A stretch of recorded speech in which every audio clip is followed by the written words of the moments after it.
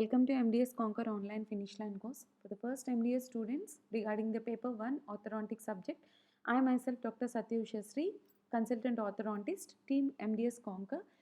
Today discussing about the second part of mechanism of the bone growth. In the previous part, the mechanism of the bone growth, endochondral bone formation and intramembranous bone formation was discussed, and in the continuation of that, the other concepts like endosteal and periosteal bone growth, cortical drift, relocation and remodeling, Enlow's V principle and displacements are discussed here.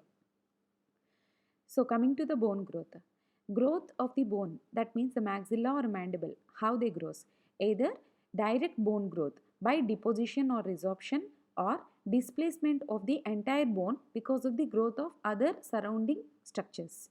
Because of the expansion of the other surrounding structures, there may be displacement of the entire bone and it may appear as bone growth. So every bone consists of endosteal and periosteal surfaces.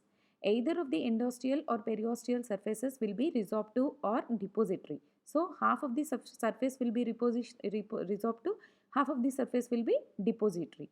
Because of that only, the growth of the bone will be appearing in the direction of the depository surface. If we see here, this is the periosteal surface, this is the endosteal surface. Here the periosteal surface is depository, endosteal surface is resorptive. So the bone growth is in the direction of depository surface, that is the periosteal surface. So this is explained in the term as cortical drift. So the cortical plates can be relocated simultaneously by apposition and resorption processes on opposing periosteal and endosteal surfaces. So the drift, that means the movement of the bone is in the direction of, the growth of the bone is in the direction of deposition.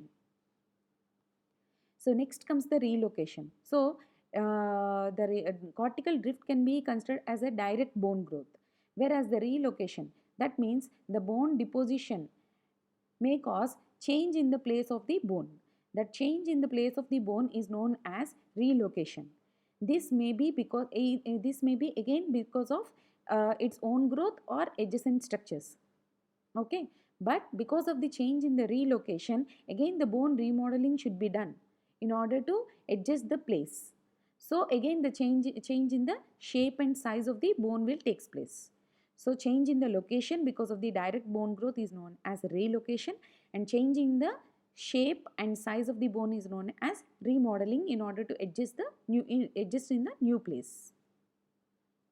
So if we see here, the yellow one is known as the first stage. Here the outer surface is deposition, inner surface is resorption. Because of the change, because of the deposition and resorption, there is a change in the position to the second stage.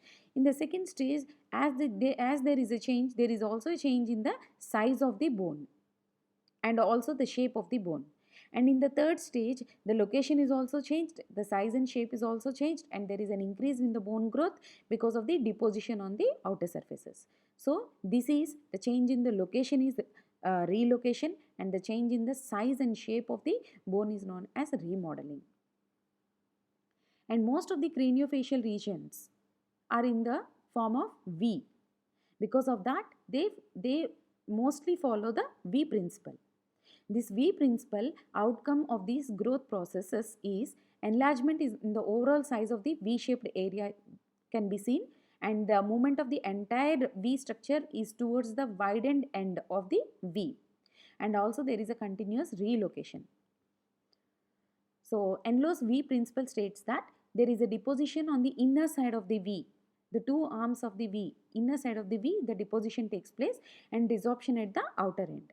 So the inner side of the V deposition takes place and outer side will have the resorption, but the movement of the bone will be in the depository side. So next comes the displacement. So relocation can be the displacement, either primary displacement or secondary displacement. Primary displacement is mainly because of the growth, direct bone growth only. So because of the growth of the maxilla, there will be primary displacement. Whereas the secondary displacement, that is because of the growth or enlargement of the other bony structures or the surrounding structures. So the growth of the maxilla or the movement or change in the location of the maxilla because of the enlargement of the nasomaxillary complex is known as secondary displacement. So the anterior direction of the growth of the middle cranial fossa and the temporal lobes of the cerebrum secondarily displace the entire nasomaxillary complex anteriorly and inferiorly. So this is secondary displacement. So the cortical drift, primary displacement, secondary displacement, all together can be questioned as a 7 marks question. Hope this information is sufficient, and you can write about in detail about the V principle, which is more important than anything. Okay, thank you.